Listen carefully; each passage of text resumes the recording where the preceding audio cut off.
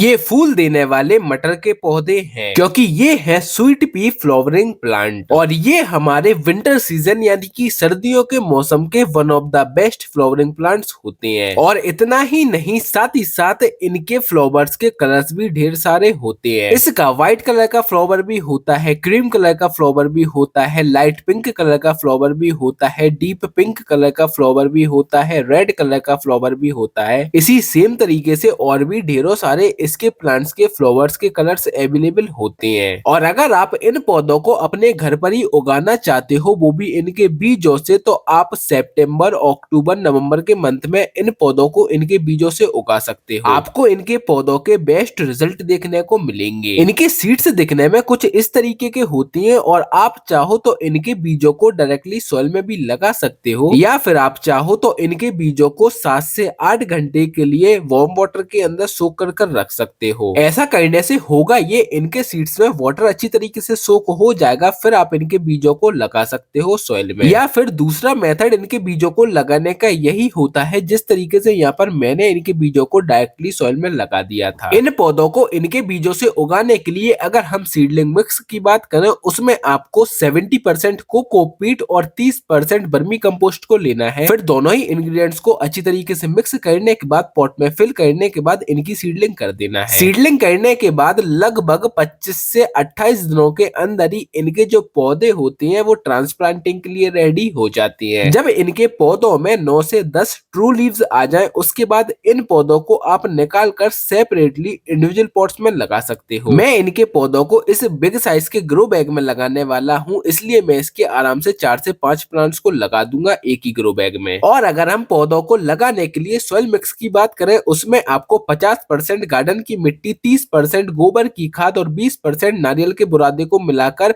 इस grow bag में fill करने के बाद प्लांट्स को लगा देना है। पौधों को लगाने के बाद इनकी आपको अच्छी तरीके से वाटरिंग कर देना है, जिससे जो हमारे पौधे हैं ये ट्रांसप्लांट शॉक से बच जाएं। फिर वाटरिंग करने के बाद 2 से 3 दिनों के लिए शेडी एरिया में प्लेस कर देना है, उसके बाद डायरेक्ट सनलाइट में प्लेस कर दोगे फर्दर ग्रोथ के लिए।